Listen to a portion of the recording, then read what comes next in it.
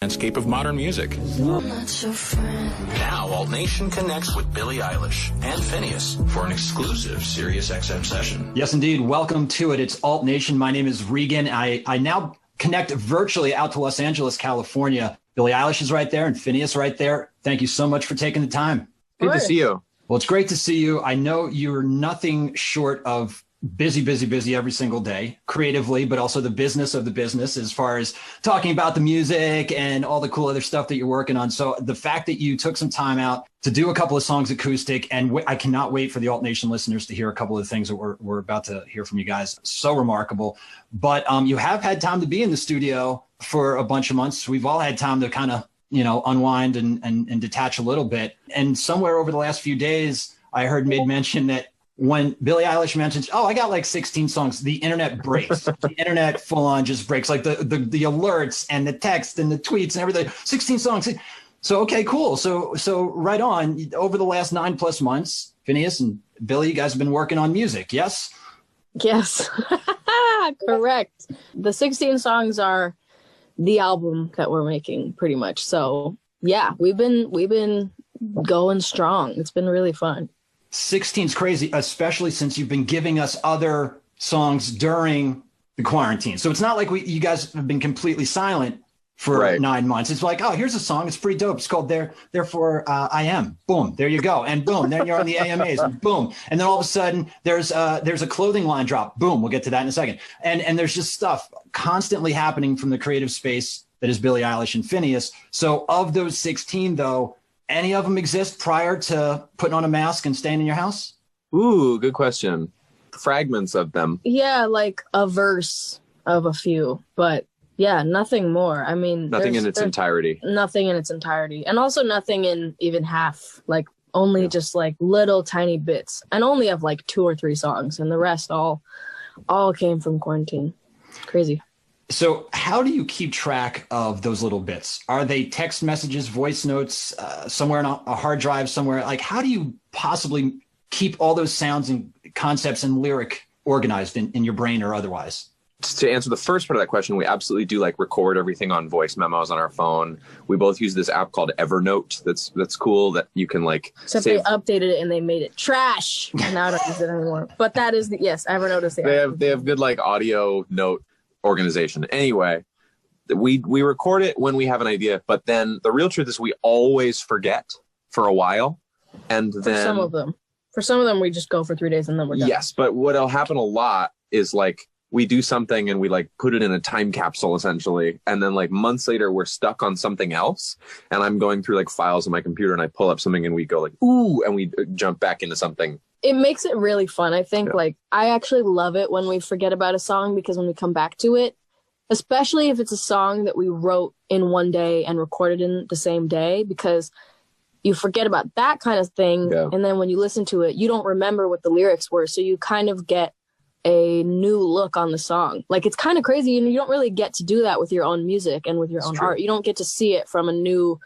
lens, and forgetting about stuff that you wrote in one day, it's great because you can really experience it the way that I think anyone else would hearing it for the first time. It's a good litmus test if something's good or not too. Sometimes when you're working on something for a day, you become too hyper focused and you start to hate a line that 2 weeks later you hear it and you go, actually, that's a good line. Good. And then conversely, I'll bring up an example in Therefore I Am. Sometimes you work on something and the only thing you can come up with that day is some line that you're I don't know this. And then you come back 2 weeks later and you're that is not good enough. We need to change that, Well, that seems to be a wonderful byproduct of having a very fluid creative situation going with you two, working from initially your collective home, but now your individual homes, but being able to step into a room just like you are right now and just work on it instead of being on a timeline. I would assume it's not great for creativity to be on a studio watch or something like that. We gotta wrap up in 20 minutes. We got to deliver this album. So it's pretty great. Of the 16, because most of them are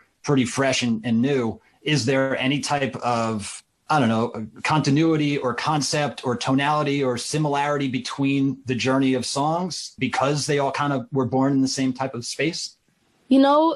It's really interesting because they're not at all the same. They're all very, very different in everything about them, pretty much, lyrics, production, vibe, delivery, emotion. Like everything about every song is very different, but somehow cohesive. And I think that was kind of the same with the last album, which was that we really want a project to be cohesive and make sense, but not just be a repeat and a clone of every other song, because it's not interesting to do that. And I think if anything, if there's one thing we try to do is be versatile and make different shit and not make the same song over and over. And I think that we do really well on that, to be honest. And yeah, it's really like, it's very diverse. It's very diverse, but makes sense together in one. Nothing contradicts the other thing. I think that comes from working on things in close proximity to each other. And also, we've gone on record as saying this before, but we're not over writers. Like, we don't write 40 songs for a 10-song album. We usually kind of write like exactly the number of pieces that end up coming out. We like almost never have, when we put out When We All Fall Asleep, Where Do We Go? Like, people will be like, so what else do you have? I'm like, nothing. We just put all of it out. Like, we don't have like a list of like, unreleased songs. You really don't. Like, we work on the things that we're going to put out. And then, we're not like crazy fast writers that write a billion things. And I actually like admire that. I think it's really cool when people can do that, but we don't do that. And it's also, but I think one of the things that to its benefit is like, we're not usually trying to write the same song 5 times. Like, if we want to write a song about something, it's that song. We're not like, let's write a song like this, and then the next day we're going to take another swing at it and write a different song about the same subject. So it's like, that's why they're like, usually the songs don't like step on each other's toes. And I appreciate that. I think sometimes you can hear an album, and I won't name any names, but you just hear an album and you're like, wow, these kind of all sound like they were trying to be like the same anthem. And I'd rather write one anthemic song and then another one that's really weird, that's not trying to be that way. It is hard though, because you get in your head and like, it's like it's just like a thing you got to figure out for yourself. It's not wrong to do it whatever way you want, but it's just, for us, we like to just make some different shit and not really think too hard about it. Well, I'm glad you're not thinking too hard, but it seems like you're working super hard at it. And I appreciate that. We do as fans of your music. Let's jump back real quick. Sure. 5 years ago, it started. The first song got posted to SoundCloud. Do you guys remember the moment? Was everybody standing around a laptop and hit upload at the same? Like, was it that moment that you posted Ocean Eyes just about 5 years ago? Can you recall that moment? I don't even think it was a moment. It was like, I think it was, we had made the song and we didn't know what we were really going to do with it. Our only reason that we made the song was to send to our dance teacher, my dance teacher, because he asked us to send him a song so he could like choreograph a dance to it. And that's the only reason we made the song in the first place. And our plan was just send him a link and there's the song. But we were like, why don't we just post this on my I have a SoundCloud. Like, I might as well post it. It'll be easier to press the send link button if it's just a public link, right? And it had a download link too. It did have a download link. And I think it was like Wednesday night. Like Wednesday night. Like it was not a big deal. Like drop. It was so random. It was like, we hadn't promoted it prior. It was literally like burping. Like it was just like, there, it's done. Like nothing, didn't think about it. We didn't expect anything at all. So no, I don't remember the moment because there was no moment. I remember the moment that I was dance class and Finney's called me and he was like, yo, the song is 1,000 plays. And we flipped out in the Starbucks. Yo! That's so Finn. Wow. No way, bro. Okay, so like Robin Williams, Popeye. This is the vibe that I was drawing. All right, so you, Billie and Finn, kind enough to give us a couple of these exclusive session songs. So let's get into Ocean Eyes right now.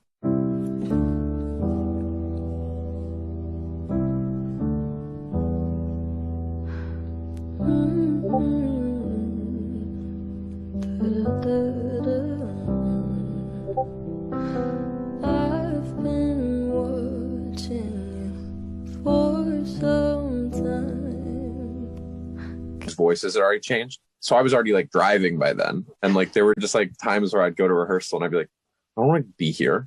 But it doesn't, that shouldn't make you think that they don't actually like value it or get something out of it. They absolutely do. And nobody's ever gonna always be ready to let's get in the car and go. Like nobody does that. No kid is like that. Even during quarantine when we have nothing else to do, we have a schedule, Billy and I, where we work 3 days a week. We work Monday, Tuesday, and Thursday. And the reason we do that is if we don't do that, there are days where we're like, I don't want to do anything. Yeah. But we still have it in our calendar. And so Billy comes over and we sit around. Maybe we watch 3 episodes of The Undoing, but maybe we like work on a song, you know? Yeah. You jam with your folks? I mean, you mentioned the holiday songs being part of the early influence or something you were exposed to. Is there something like throughout the month of December, you'll find yourself going back to that just kind of for nostalgia? Good question. I mean, yeah, to some degree. Our dad plays piano, mom plays some piano, mom plays some guitar too. They know more like actual verses of Christmas songs than we do. And our dad is a better sight reader of piano than I am, I think, still. Yeah. I mean, I'm sure that'll happen in the next couple of weeks, is that we'll all end up sitting around the piano in our parents' house and caroling away. Dog. Well, so wait, what's on who's getting what? Like, have you guys done shopping yet? Is it even possible to go out and shop for the holidays, or is it just like, I mean, Amazon? I'm not even, it's Amazon.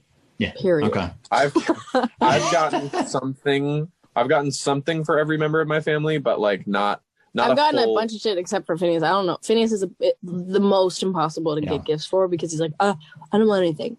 Or he's like, I have everything. Are you doing like a Trump? Like, excuse me. Trump Phineas? I've gotten something for everybody, but I've not scored fully yet. And I got my It's hard to get anything like big and interesting because our whole lives we get to do things that are like unbelievable that would totally be a huge experiential stuff is my favorite, but it's like we live sort of experiential lives and we don't get to, it's not safe to go anywhere right now, which is tricky. I got Claudia an advent calendar for like the month of December, and I got all these little chocolates, and the advent calendar compartments are too small for the chocolate. No way. So I just like each day I like open the slot and just put the chocolate on it, and I'm like, oh my god, guy though, way to improvise. I would have gotten nervous throwing the whole thing away and denied I even tried it. So I know, nicely done. And and the back, it's a little bit. How do we say this? The back of it just says "Wish you a merry." Oh. Okay, well, we got to get into another song, but do you guys get to a point, do you send him a text or vice versa and be like, hey, what are we going to get mom? Or what'd you get dad? Or do you guys communicate about this? Is there a joint? We do, but we don't really get anywhere with it. I mean, we did buy our parents a car this year. So that was kind of like a mid-year Christmas present. It was more of like a birthday present. They haven't respected that car at all. They've just trashed the shit out of it. They've rim rashed the car. They've bonked it into stuff. Left apple rind. It's very similar. It actually reminds me of a paradigm of like a parent buying their kid a car and being like, no respect. Like the kid doesn't respect. Yeah, but we were happy to do it. Our mom puts everyone above herself, and a car wash is an act of vanity. And she's like, fuck that. Like I'm gonna drive this to the food bank. Don't tell me nothing. I love your folks. We got to talk about your folks in a couple minutes. They're the greatest. Speaking of cars, in the video for this next song, I remember there was a car that went right over the edge and right into some water. And I hope that was CGI. That couldn't have been real. I hope that wasn't real. But we'll talk about that in a second because we have Phineas and Billie Eilish here for an exclusive Sirius XM session. Can we do Everything I Wanted? Sure. Let's do it.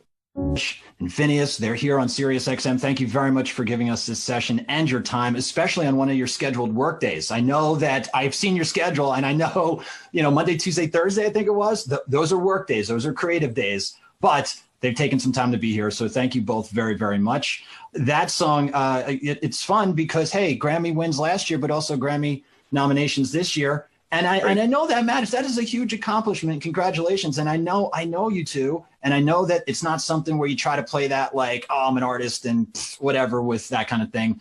It's important. It matters. Yes.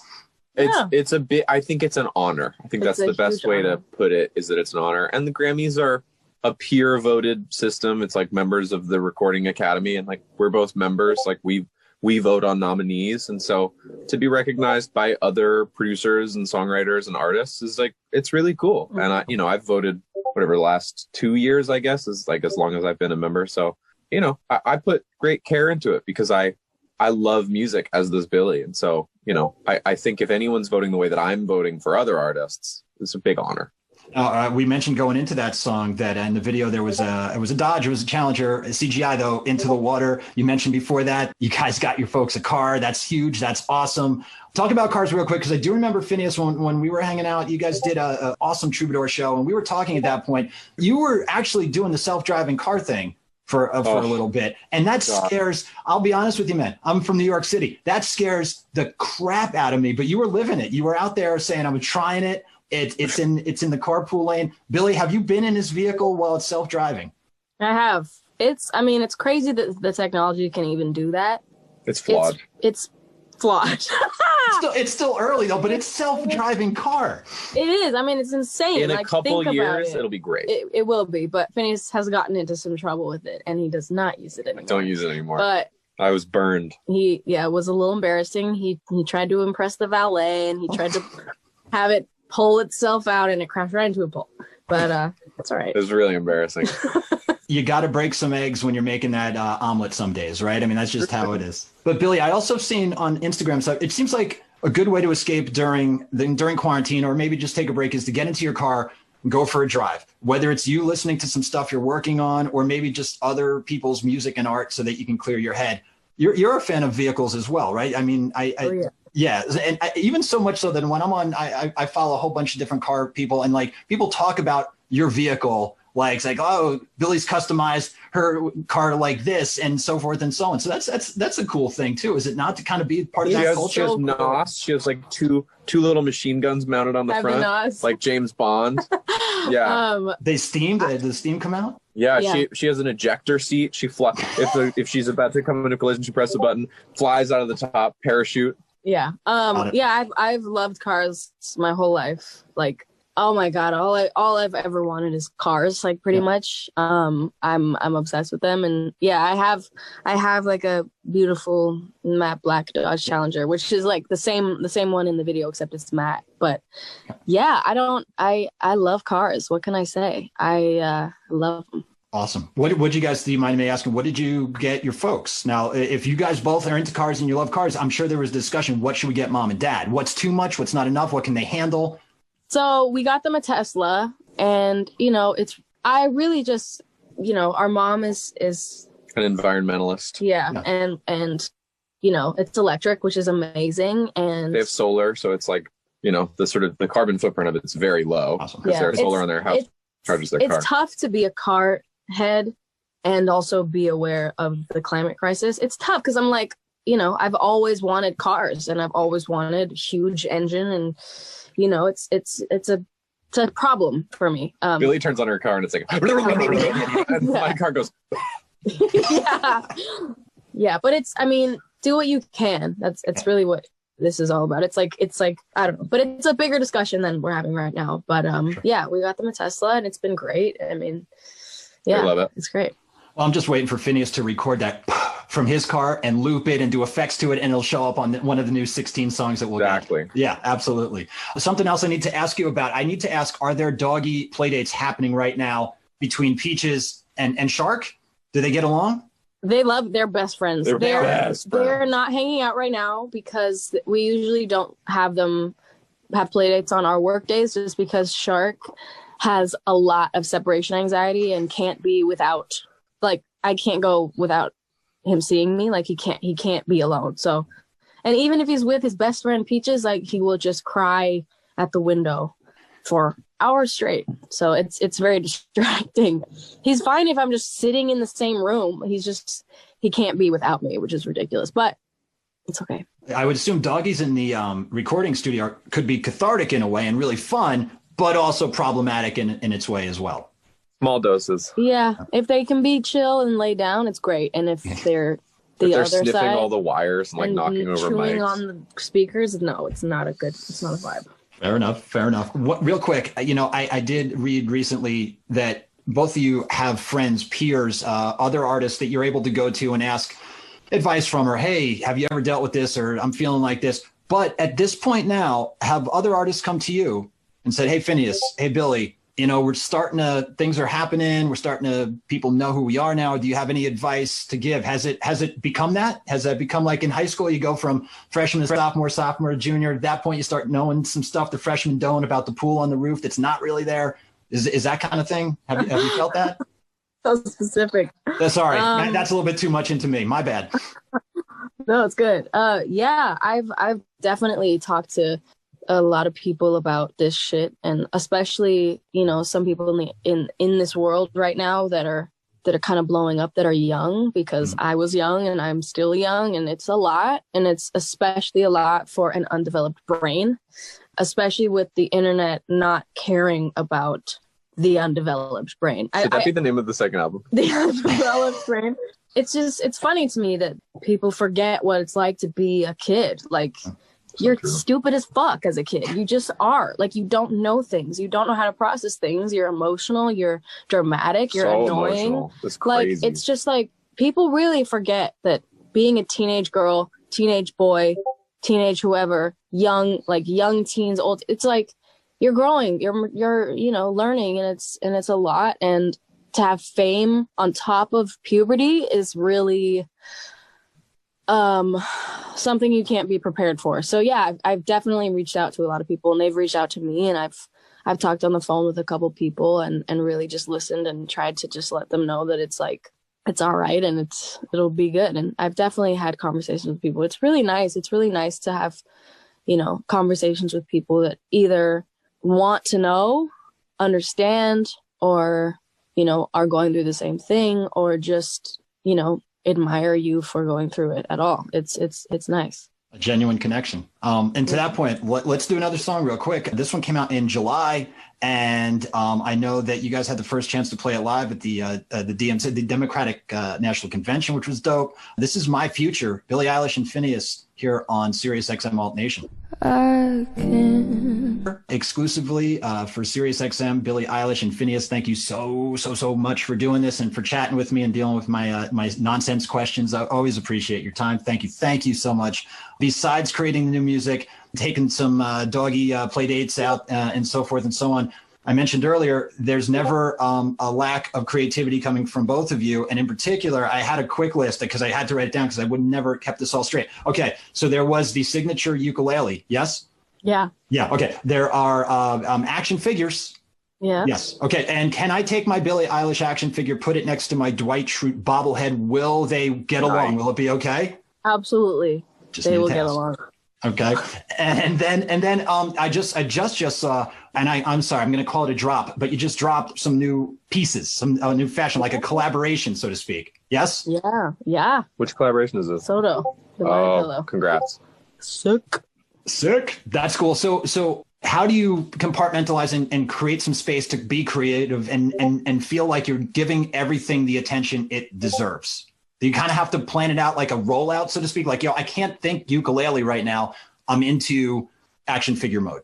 It's a good question. I definitely catch myself not giving enough of myself to certain things. Like, for instance, it's tough. It is tough to like have all these things going on. And I definitely have moments because my team is so great at listening to me and letting me do what I want. And I've gotten to a level where it's not such a big deal if I don't promote something as much because people go see it. But I do catch myself because they're not like, Billie, can you post this ever? And it's pretty much all me, unless it's like the specific things. But I do catch myself going like, shit, I should probably just tell people I have this. Tell people I did this or care a little more about this. I definitely have completely lost all of my motive for my merch in the last year, and I realized that this week, and I was like, this has been trash for a year. All the fans know it. I know they know it. The merch has been so garbage, and it's just because I didn't care anymore. I was like, I have other shit to do. I'm not paying attention to this. Don't care. And this week I really was like, you know what, I'm gonna come back and I'm gonna come strong with my merch. And because I realized I was like letting myself down, because I grew up wanting a clothing line. I grew up wanting to be, a fashion designer, and I completely let that go because I have other shit that I'm interested in, and it's not something I really have a lot of time for. So I talked to some people this week, and I'm coming strong right back. 2021. I'm restarting. I'm getting back into it. So there's like a good example of something where you go like, I'm not giving enough to this. I'm not trying hard enough. I wasn't even trying at all, mind you.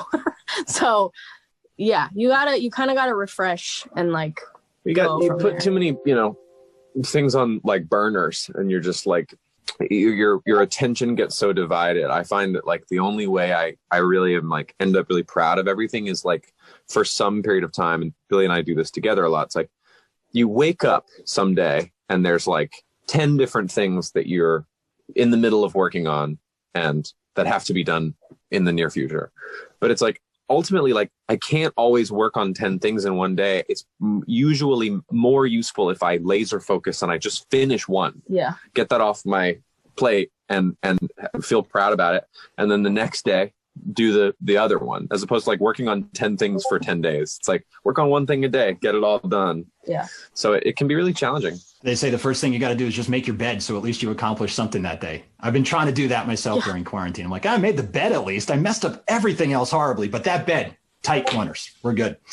We mentioned family and how important they are and have been obviously in your lives. And lucky enough, I've been to meet them and speak with them. I've seen them in the hallways at SiriusXM when you guys are on with Howard. I've met them at the Troubadour, and they're such nice, welcoming, genuine people. And the importance of having those people with you a couple blocks away or at your house, maybe showing up and cooking you a meal sometimes or whatever, or spending the holidays with it. I mean, how centering is that for you both at this point in your life? I think we forget about it a lot. And I think it's really nice to be reminded of how amazing our parents are and have always been. You know, watching the first cut of the doc that's coming out in February, I didn't watch it with my parents because I would not let them watch it until I had seen it, because I didn't know what the fuck was in there. Anyway, afterwards, I was so emotional because my parents are just they're so good. They care for you so much. They care so much, and they're such like little angels. And I called my dad crying, and I just was like, I love you so much. You're such an amazing dad. And then I called my mom and did the same thing. And because on the daily, we're busy being incredibly annoyed by them.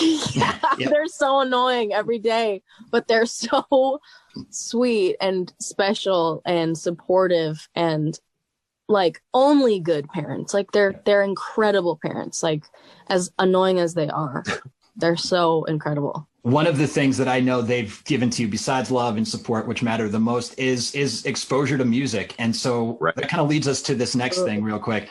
You guys went completely next level for us and did this awesome cover of a Beatles song. And it's from 1969. I think George wrote this one. Yeah. And it's from Abbey Road. So now I present to you here on SiriusXM, Billie Eilish and Phineas. This is something.